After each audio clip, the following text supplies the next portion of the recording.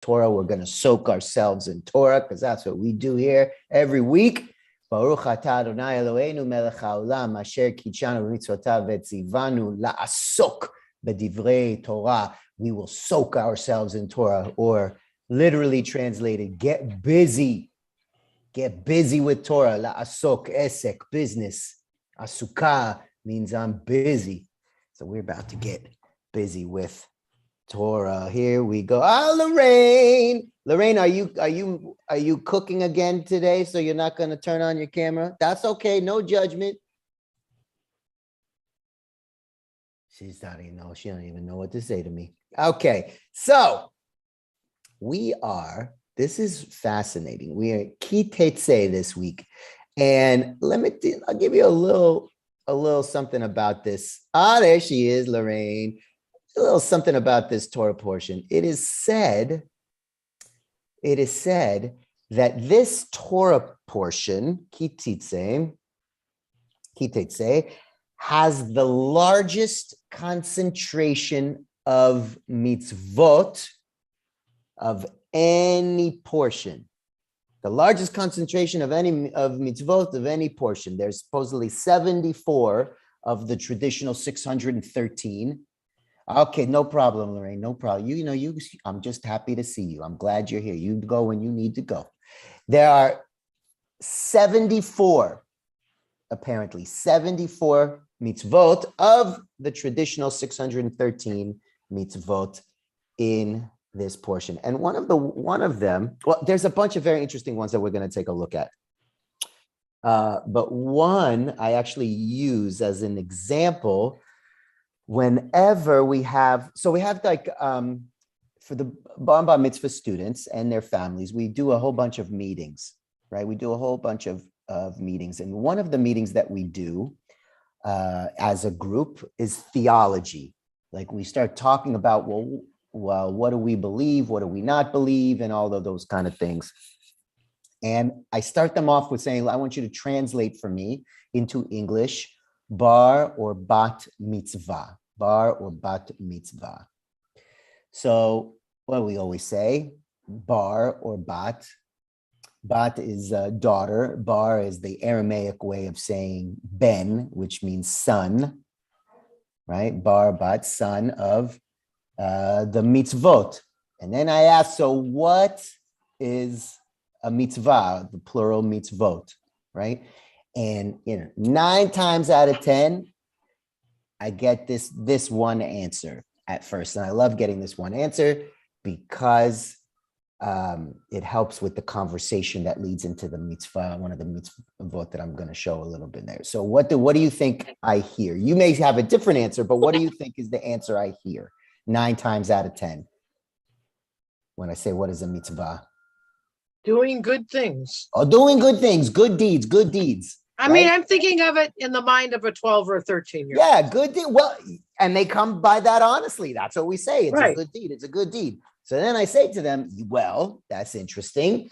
So I say to them, all good deeds, right? All good deeds are mitzvot, but not all mitzvot are good deeds. All good deeds are mitzvot, but not all mitzvot are good deeds. Like saying all squares are rectangles, but not all rectangles are squares. All squares are rectangles, but not all rectangles are squares. So then I say, so what is a mitzvah then? And they're like, well, and then I say to them, pretend I'm Moses coming down the mountain and I have the 10 commandments, right? So that's when we start getting into this idea of, well, what does that mean, commandment? What does it mean, mitzvah? What does it mean, commandment? Because that leads us into this idea of theology. So because if we say that we are commanded, right, these are commandments that we need to follow, meaning if we are the commandees, there must be a commandor, commandee, commandor, right? That's what we talk about. So I say, who or what is this commander? And you say, God. Ultimately, but then there's always, well, I don't know what I believe, blah, blah, blah, blah, blah. And that leads us into this fabulous conversation. So then there's one of these mitzvot, I say to them, when I say, all good deeds are mitzvot, but not all mitzvot are good deeds.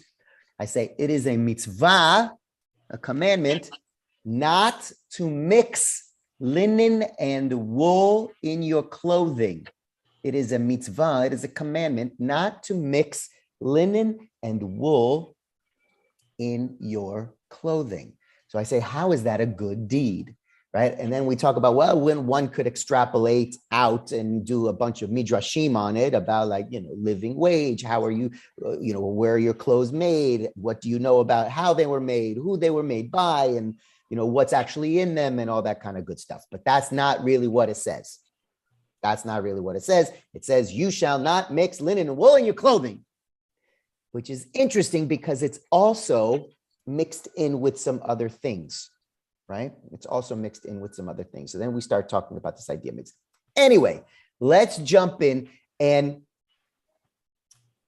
we're going to look at some of these. Mitzvot. All right, I'm going to share my screen and I want us to look at it. In terms of what we think was going on at the time versus our own sensibilities today. What was going on at the time versus our own sensibilities today? For example, when we look at like animal sacrifices, people be like, it's disgusting, it's gross, right? The blood and the guts and the details. And they say, how barbaric. However, if you look about what was going on at the time, right, it was actually quite progressive.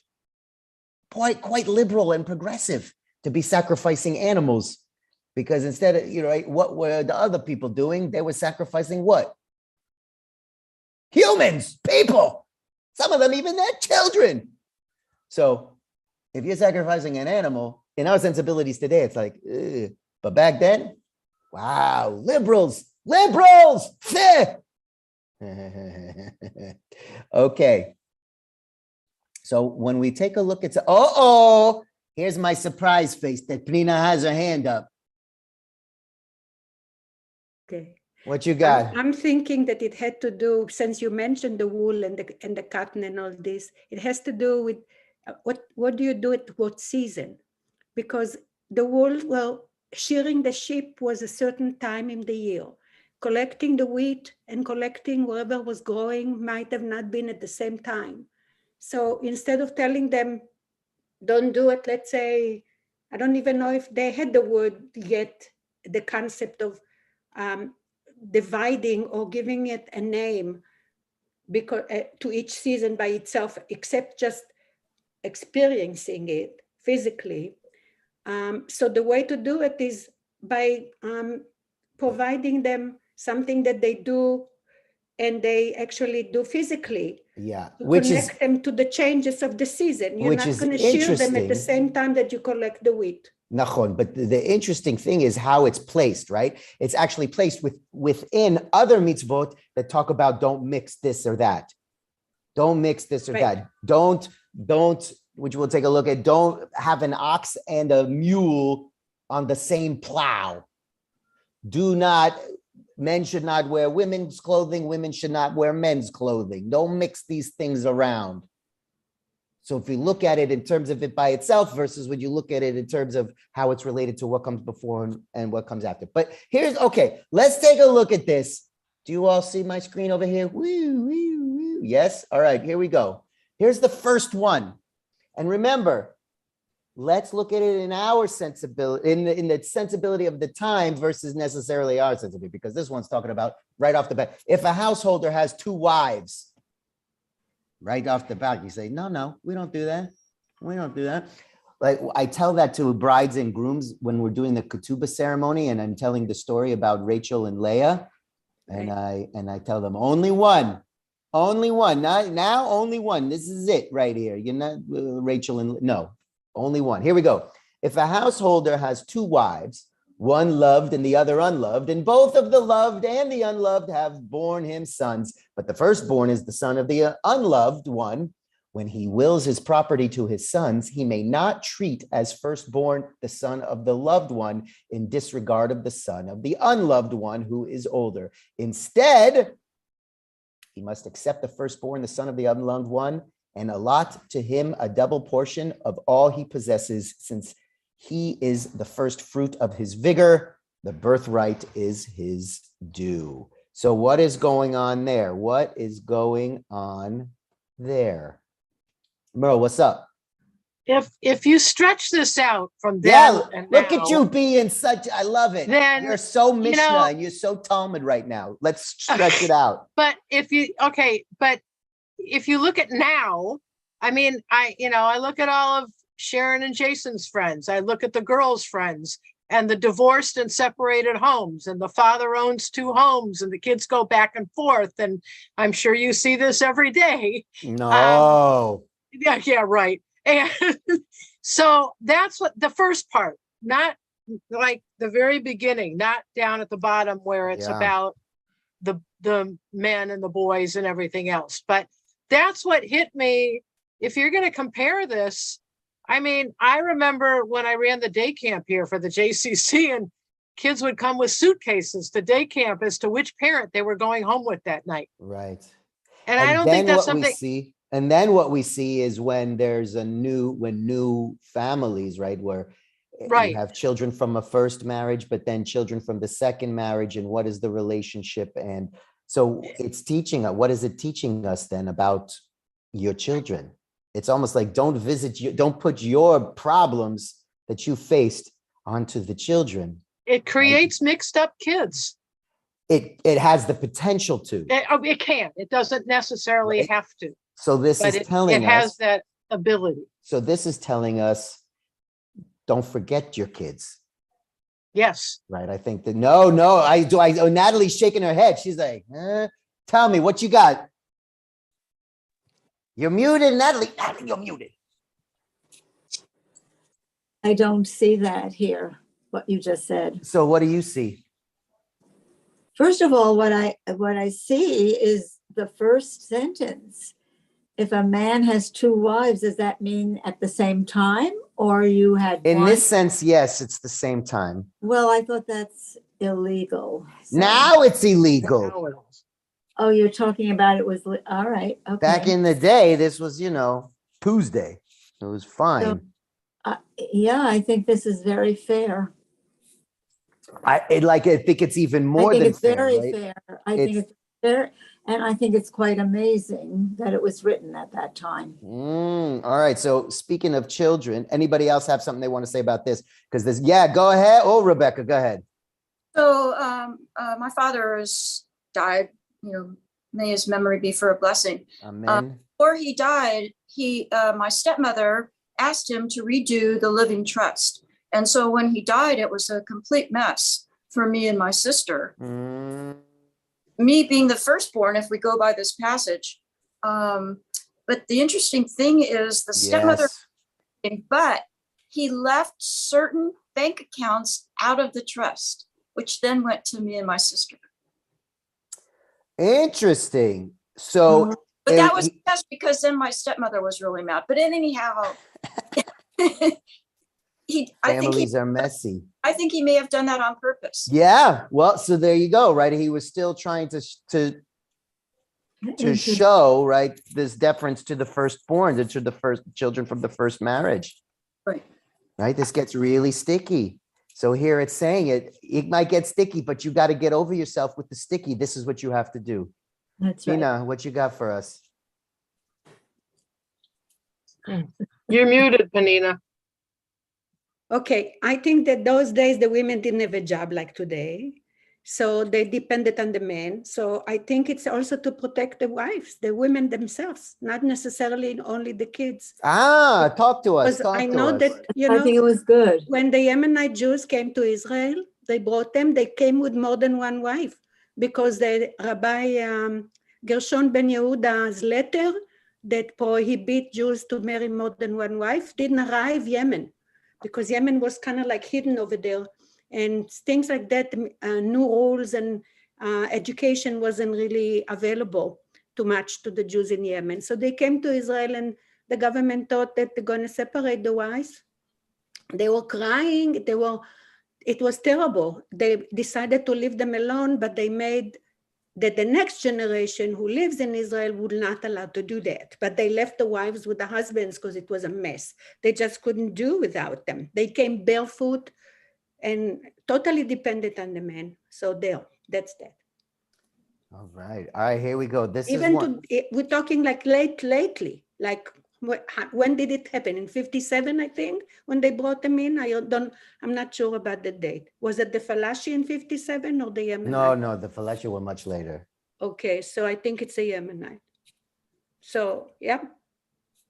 So even up until the mid 20th century. Up till now, the letter never got to them, and all over the world. It got lost in the mail. They never You're not allowed to have more than one wife. I sent you a letter. Oh, I don't know. Yeah, but over there in Yemen, they mimicked the Yemenite government. I mean, people. They were just living just like the others.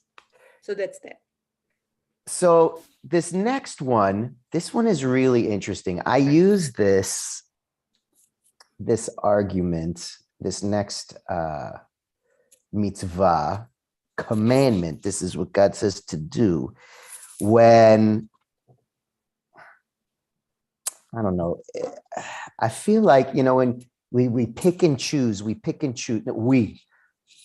as a collective, universal, we pick and choose from biblical texts. I mean, everybody does this to kind of like support whatever it is that they're feeling, right? If you have a feeling about something, it's like you can always find a biblical passage to help back you up, right?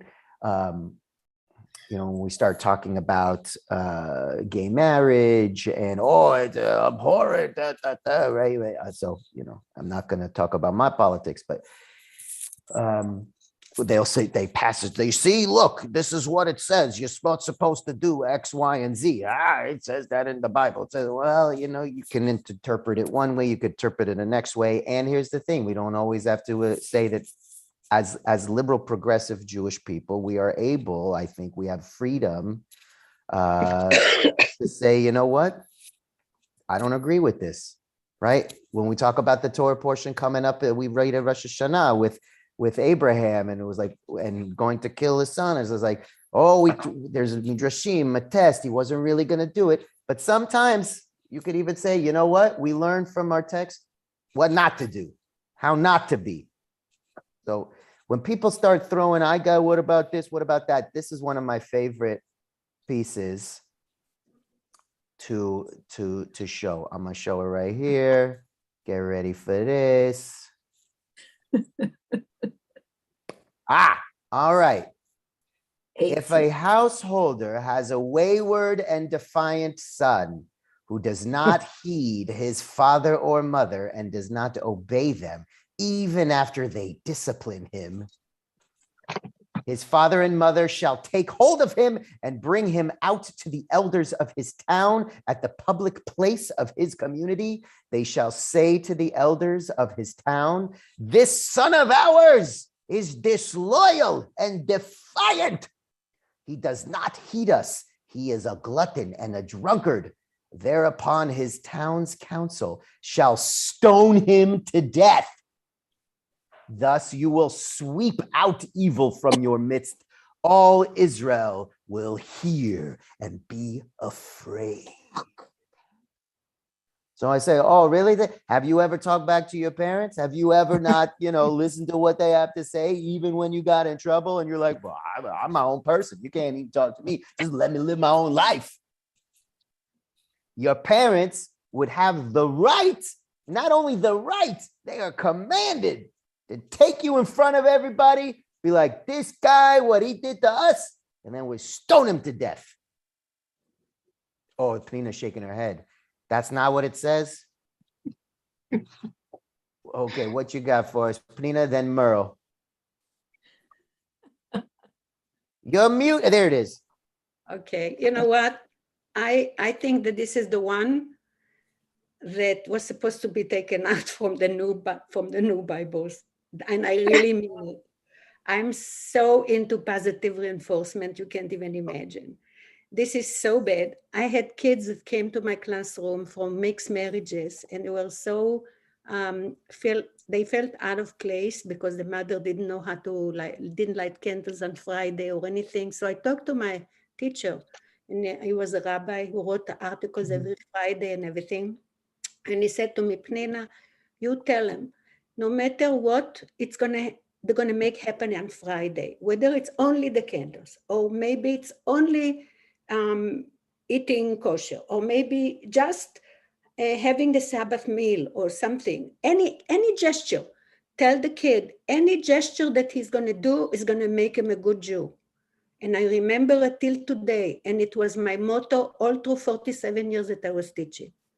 I always emphasize the good, and this is the one mitzvah that always bothered me, and I felt that whoever did it was a very cruel man with absolutely no heart. This is rough, right? You are allowed to kill your kids for like talking back. Terrible. Yeah. You didn't clean up after. I told you, put those dishes in the dishwasher. You didn't do it. Gone. But it's fascinating, right? So it's like. You should have seen the faces of the kids when you told them that. Yeah. Natalie, They go would ahead. come to class, Well, sorry. and I told them it makes you a good Jew no matter what you do, as long as you call yourself a Jew. And those kids kind of like, their faces like lit up. It was unbelievable. So yeah, okay. Now Thank you, Pnina. guys do with it whatever you want, but I totally kind of like I know. Well, so there are a lot of the mitzvot in here that I feel that way about. Yeah. Go ahead. Sorry, Merle. Natalie, then Merle. Yeah. Go ahead. Well, the 10 Commandments, one of the most important ones is just honor your mother and father. I think that's related to this passage here. You know, there are other parts. This is new for me, all this Torah study. And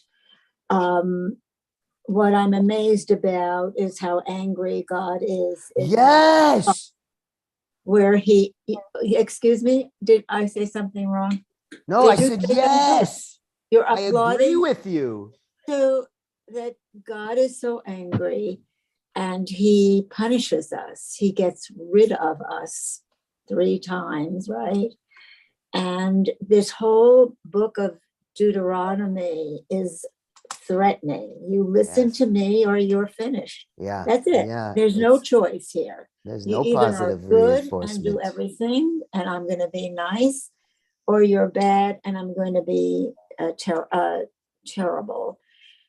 So when you say this part is supposed to be taken out from the way we see it today, yes, this is horrible.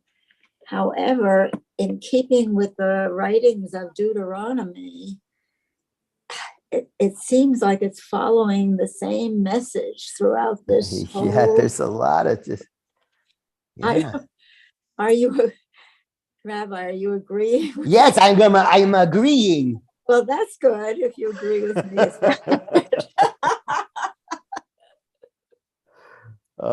Okay, Merle and then Miriam.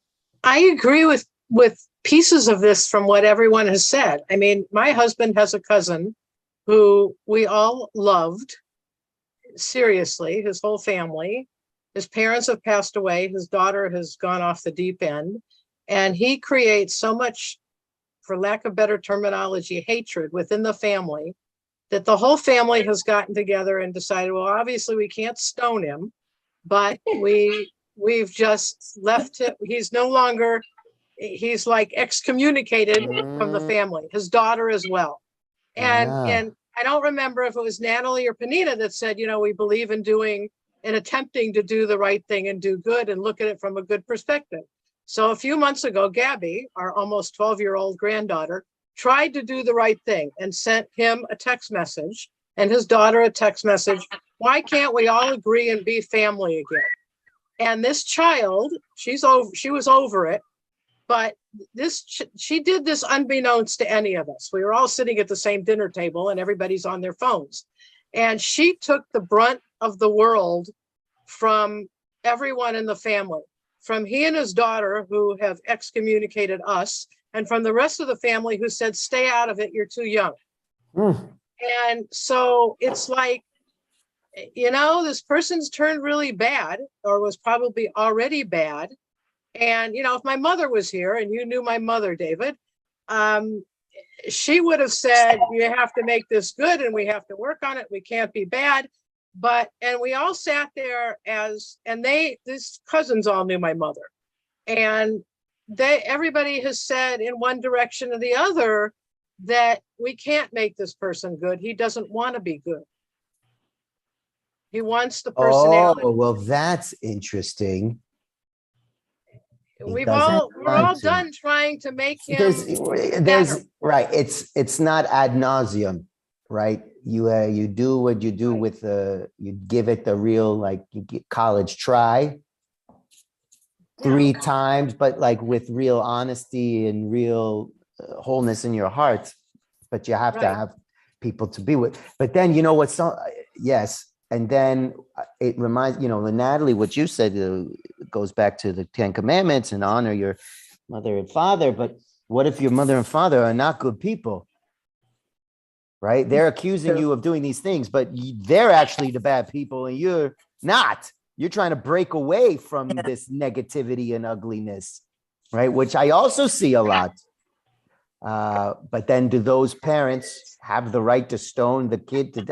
So it gets very, that's what's so beautiful about Mishnah, Talmud, and Midrashim, and, to extrapolate out all of these kind of things. What's the definition? But if I could say one, go ahead, Natalie, and then Miriam. If I could just say one more thing, and maybe this is just coming from my own perspective of my own life, but at my age and all the people that I have known in my life who have lived, not my case, I had wonderful parents, but there would never have been even the thought to curse your parents or shout at them, or, all of my friends, some of them had very difficult parents from Europe who had very old standards of everything, but they were polite to their parents and did whatever maybe they wanted in their own life. So you see, our culture today has gotten so wild, so free, that it's not the fault of this Torah here. It's the fault of what has happened with freedom and history and God knows what else, that has allowed children to answer back or curse their parent in front of them. I happen to have wonderful children and wonderful grandchildren, but I could not allow, they would know, this would never be allowed. You understand? Oh, yeah. And I also understand it has changed today. Could never come to be. So there's so much more which happened in civilization in terms of freedom here, especially in this country, that is leading to what you were saying, Merle, about those kids that are going with different releases to different houses. And that is true, what's happening. Yeah. So the kids are getting all crazy too. So can't blame this portion here that much. Fascinating. That's a great take. Thank you, Nat. Thank you. Go ahead, Miriam. I want to thank Penina for finding a sentence in the Bible that was repugnant to her personally, and hoping that it could ever be taken out of the Bible. In other words, stoning your own child, which should be repugnant to everyone and every parent. And as you said, you can't imagine any parent that would have written this. It would have to be someone very, very sick is the word that comes to my mind. I should find something more psychological, but a sicko.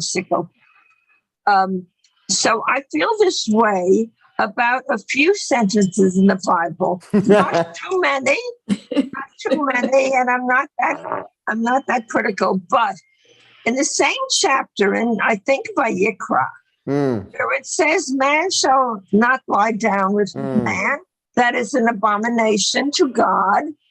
A few sentences later, I might be incorrect, Rabbi. It says something about a man who desecrates the Sabbath, mot yumat. It doesn't say he shall die. It says mot yumat, he shall surely be put to death. Now, no one is excited about that particular sentence. No one cares about whether he did or did not desecrate the Sabbath because they're too freaked out about the sentence in the same chapter, which says, "Man shall not lie with man." And to this day, they freak themselves out to absurdity because it says that. I remember talking to Rabbi Eshel about this, and he said, "You know what? It's a mistake. Man will lie down with man. Man has always laid down with man, which is why they wrote that sentence. And man will never stop because this is human nature. There will always be heterosexuals. There will always be homosexuals. So you cannot accept that." And I, as a rabbi, I remember him saying this to a group of us. He was my personal friend. We were friends at the Jewish Theological Seminary when I was there. And Allah Shalom. Amen. And he said, "You know, this is not the first mistake the Bible made. And the Orthodox think that every sentence in the Bible is holy and pure, may never be taken out, may never be added, and may never be taken away from. And we are not Orthodox, and we do not have that view." So, you know, what's interesting about that. So even within, it's like, there's a reconciliation, and that, okay, yes, we see, and this is what it's about. Here's what it really means. And that's where you get actually a lot of the creativity saying, okay, we have this text. You can't just get rid of it. It's here. We have to deal with it. So when we know we feel one way, but we have the text here, we're going to figure out a way that we can, like it talks about like the death penalty. Well, you need to have this many witnesses. And if this person didn't really see this, then and the only time you could actually put somebody to death is during these few hours of the day. And if something happens during that time, then you can't do it. So it's like, all right, we have this. What are we going to do with it if we know in our hearts this isn't really what we want it to be? Got it. Rebecca, go ahead. So similar to Natalie, I'm new to Torah study and also reading the Bible. And so what I've learned so far, that God gave us free will. And so it seems to me that this passage is really about free will. And how do you deal with free will? So it's interesting. And it goes, that goes to what Penina was saying. Okay, we've got this free will. And then how are we going to manage it? Are we going to manage it with positive reinforcement or negative reinforcement? Like, if you choose this, you will be blessed. And here's all the few blessings. I'm going to give you like 3-4 lines of blessings. But if you do this, you're going to be cursed. I'm going to give you 621,000 lines of curses. A quick word to Rebecca, please, if I can just jump in. Rebecca, there are those who say that being a homosexual is not your choice, and it is not free will. It is outside of that. And doctors want to prove, I don't know if that ever will help the bigot. I don't know if it's ever going to help the anti-homosexual, which exists in our country. They want to prove that some homosexuals are born that way. In fact, most are born. Very few choose to be a victim for the rest of their lives. I don't think that's what Rebecca was saying. I think she was talking about. I think she was talking about free will, but this is outside of it. Correct. In other words, very often a homosexual will say, "But I didn't choose that way." And then they'll say, "Why are you that way?" And the answer very often is, "Why are you heterosexual?" Yes, exactly. Did you sit down and choose to be heterosexual? You are because you are.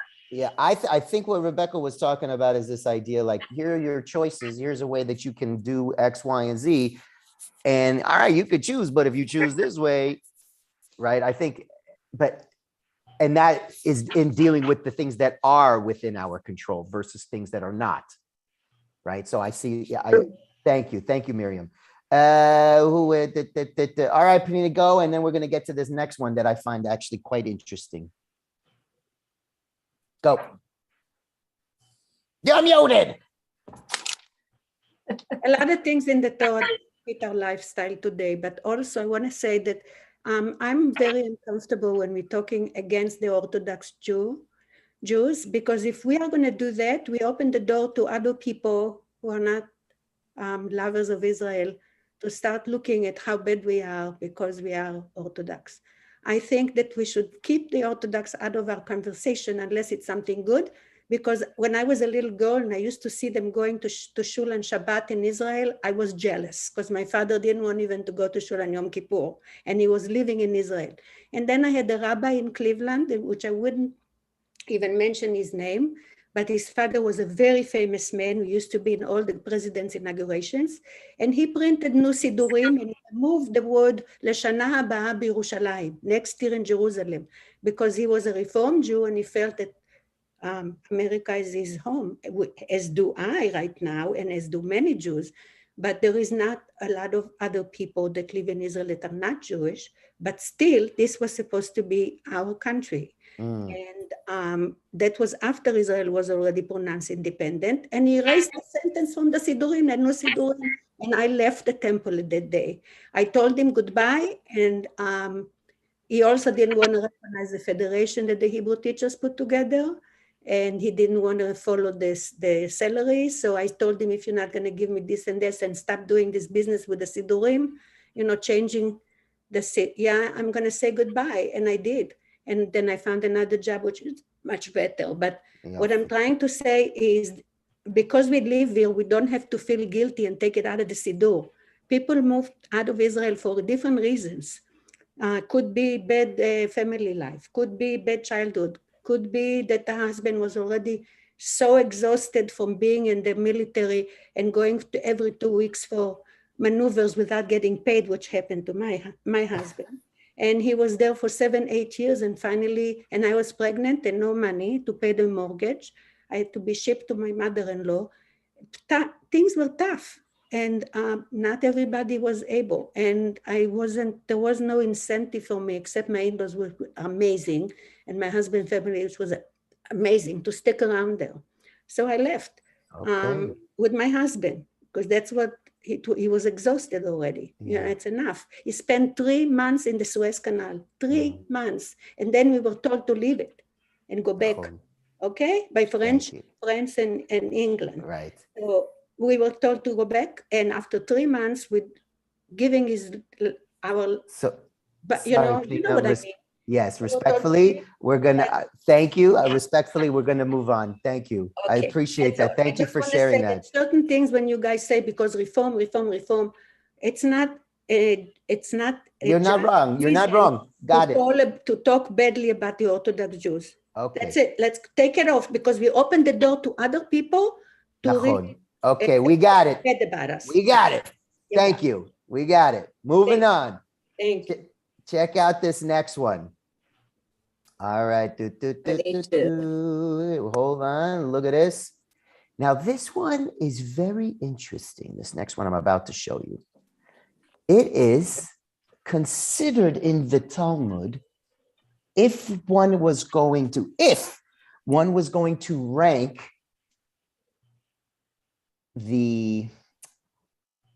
mitzvot in an order of importance. If one was going to do that, this next one was considered the lowest of importance. However, if this is the lowest of importance, why would it end the way that it does? And you're like, what is he talking about? Because he's not showing me the text. I'm going to show you in a second. Very few other mitzvot, very few other things end like this. And if this is supposed to be the weakest, if you will, the word, why would it end in such a way? If along the road you chance upon a bird's nest in any tree or on the ground with fledglings or eggs, and the mother sitting over the fledglings or on the eggs, do not take the mother together with her young. let the mother go and take only the young in order that you may fare well and have a long life. Ah! I'll read it again. If along the road you chance upon a bird's nest. All right, got this bird's nest. And any tree or on the ground with fledglings or eggs, and the mother sitting over the fledglings or on the eggs. Do not take the mother together with her young. Let the mother go. Take the young or the eggs or fledglings in order that you may fare well and have a long life. No, it doesn't say this with, make sure you feed the hungry and take care of the widow. And because if you do this, and you'll fare well and have a long life. But if you don't take the mother and the eggs together, you're going to have a long, long life. Why would, if this is the weakest or the smallest or the last, if you're going to have to put them in order, would it end with such a huge, quote unquote, reward? What do we think over here? And then I'm going to show you, this is actually fascinating. And it has very much to do, I think, with Yom Kippur and what's coming up. And so what do you think? And Maimonides said something really powerful about this. What do we think? What's going on here? Why would such a small thing come with such a big reward, if you will? We'll go Rebecca and then Merle. Let's hear from some others also. Well, I'm not going to put anybody on the spot. I'm not going to volunteer. I only will call on those who volunteer. I will not volunteer. And other times when I teach, I do definitely volunteer. Definitely. But here, I'm just going to, call on the volunteers. Rebecca, what do you got for us? I don't know. These are just kind of stabs, guesses. Bring it. The fledglings and the eggs have less potential for a full life because they have to continue protected and maybe more susceptible to falling out of the nest, attack from other birds, and maybe it's better to protect the mother than the offspring. Does that sound? Yeah, I get that. But why would it end? Yeah, I love it because it's the same. It could go along with this idea of like, don't cut down the fruit tree. There's another thing is when you're in a war with somebody and you coming up in there and then you see there's trees, you can cut down their trees to use and make your weapons. However, you're not allowed to cut down fruit trees. You got to leave the fruit trees alone, right? So I could see what you're talking about. This maybe it's going to offer it has better chance of feeding somebody else long life. But why would it say if you do this, you will fare well and have a long life? You, Rebecca, will have a long life if you do this. Just respect for the animal itself or the bird itself. It doesn't say this anywhere else. That's my thought. I like it. Merle. If the mother's viable, if she's still there and she's sitting on the eggs or feeding the baby birds, why would we separate a mother? Okay, I get all this. Don't cook a calf in its mother's milk. If you don't, it doesn't say that. Don't cook a calf in its mother's milk. And if you don't do that, you're gonna live a long life. But why does that make us better if we separate them? That's like kidnapping to me. I get it. But the point being, look, there are other things that are more like serious, but it doesn't say if you do that, you're gonna live a long life. True. True. Here's what Maimonides says, which I love it. Like during Yom Kippur, we think about like weighing our deeds, right? And think of it as a scale. Right? And if we do certain things, right, the good will raise up higher, raise up the higher good stuff. But if we do the bad stuff, more, then our lives will be kind of cursed, if you will. Bless and curse, bless and curse. But what my mind says is like, yes, this might be the smallest of small actions, the smallest of small mitzvot, but it can have the largest effect on one's life. The littlest thing has the potential to tip the scales in one direction or another. It has the potential so that you should think about it. If so much so with this, with all of, right, mitzvot, with all of mitzvot following or the way that one lives one's life, right? That with every interaction, you never know how it's going to affect either someone else or how it's going to really affect your life, which I find beautiful, right? To think about it, that every action has the potential for goodness and holiness. Every action. Pat, are you about to say something? Pat, are you about to say something? What you got for us? Oh no, I thought you were about to say something. So what I find that beautiful, right? There's this idea is like, think about what you do. Think about your words that you use, right? Even you might think it's a little thing, but it could have a really big effect. You might think it's a little thing, but it could have a really big effect, right? Rebecca, go ahead. And then Pnina. I have an example of that. Bring it. I recently relocated to Los Angeles from Santa Cruz, where I lived Oh. a long, long time. And I have found the people in LA to be really, really bizarre, wackadoodles. And that's saying something from Santa Cruz. But the men that open the door for me never experienced that in Santa Cruz at all, but have experienced it multiple times here in Los Angeles. And it just like such a small gesture of opening a door for me is just makes me feel good. And it's just so small. It's beautiful that the smallest things could have a very big effect. Kind, you're so kind. Thank you. Wow.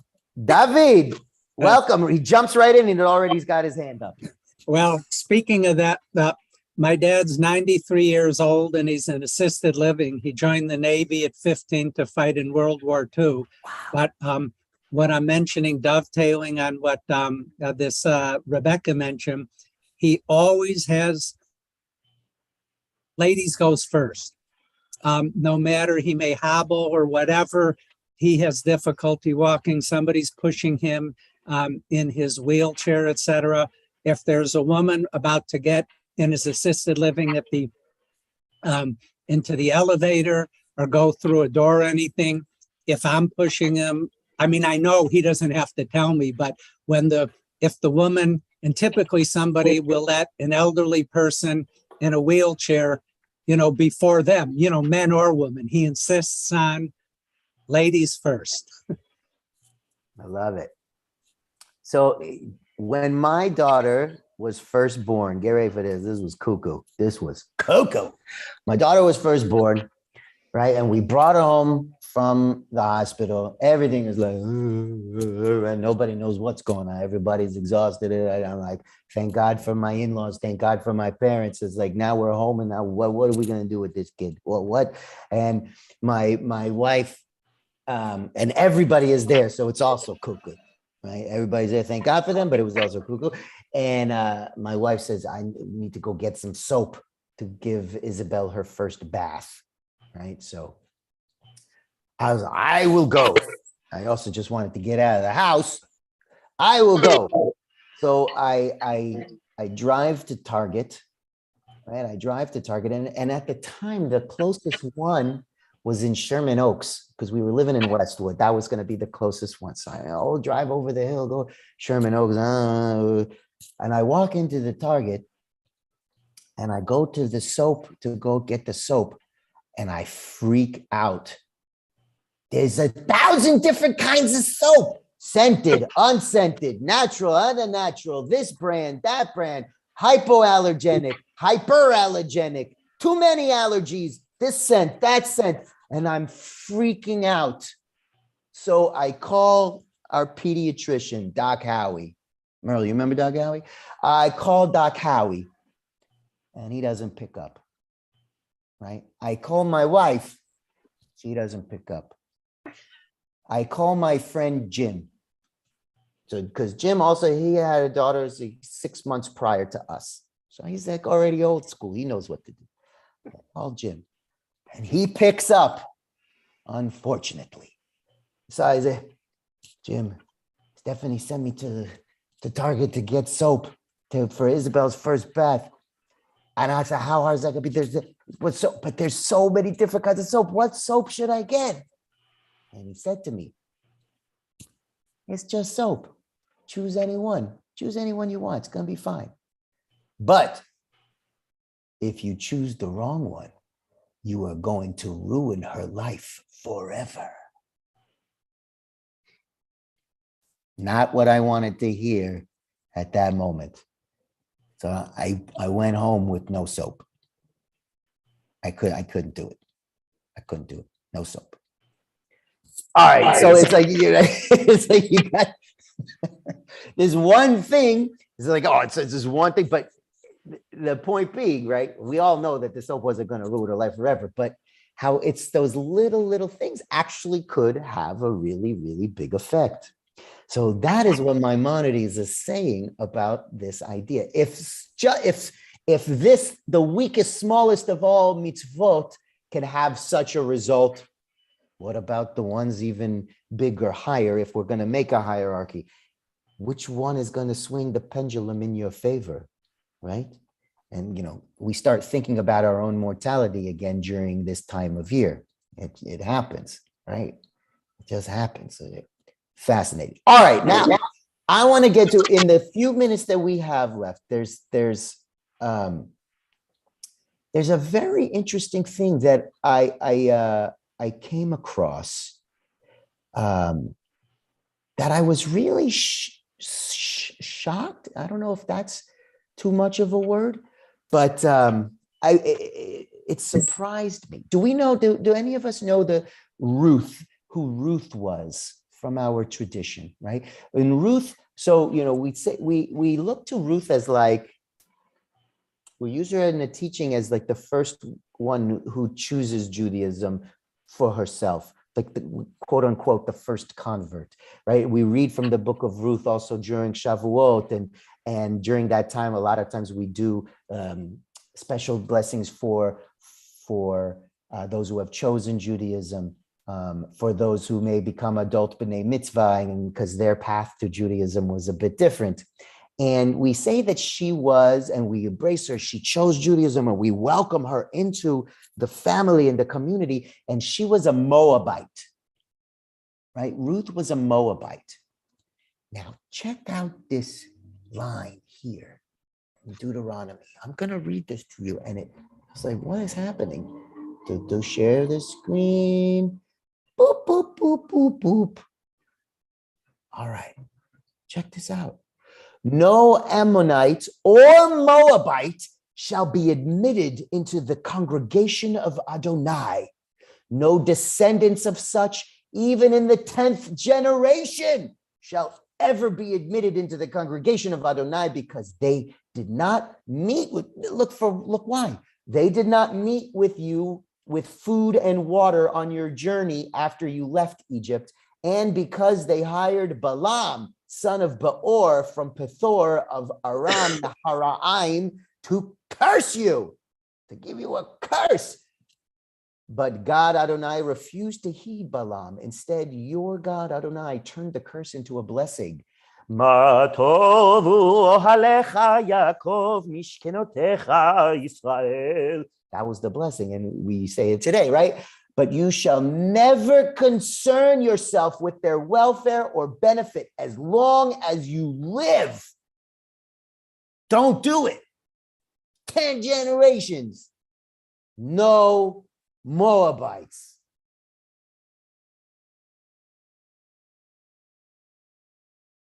That freaked me out. Because here we are, we celebrate the Moabite who chose and was so good and kind and real and loyal and true to her word. So does that trump that? That's what's interesting, because later on when we talk about in this portion, it talks about vows and making vows. Because it's the next one. When you make a vow to your God and you don't fulfill it, you're in trouble. But check out this other thing. Here's who we are. Because they didn't give us food or water when we were walking around, and because their cuckoo king, the Moabites' cuckoo king, hired Balaam to do cursing. However, check this out. You shall not abhor an Edomite, for such is your kin. All right. Edomites, they were saying that they are the descendants of Esau, the descendants of Esau. So like they're your cousins, but check this out. You shall not abhor an Egyptian, for you are a stranger in that land. Children born to them may be admitted into the congregation of Adonai in the third generation. Hold on a second. We are not allowed to let in to our midst the Moabites for 10 generations or at all, because they didn't give us any food or water when we left Egypt. But why did we leave Egypt? What was going on? They made us slaves. That was the bitter life. It was terrible. It was awful. They killed us. They worked us. We were not human beings to them. We were just tools, extensions of a shovel or a hammer. Yet they're okay. They're okay. But the Moabites,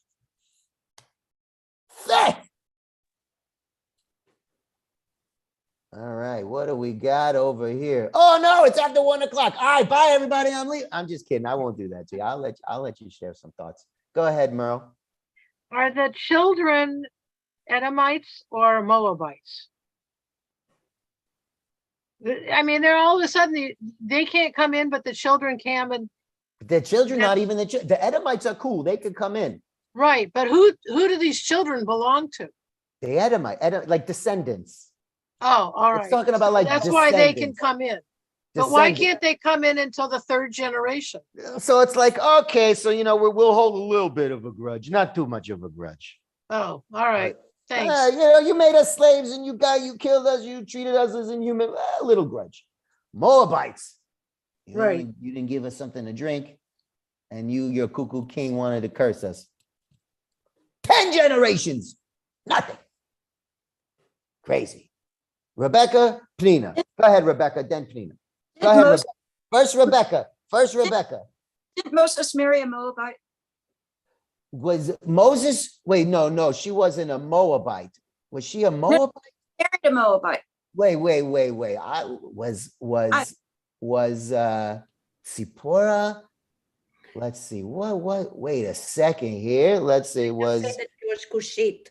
Yeah, the Cushite one. That it was not. But they don't tell you. Yeah. We don't say if, but he was a. But her father, right? Her father was a priest. Yes. Let's see. 3 years.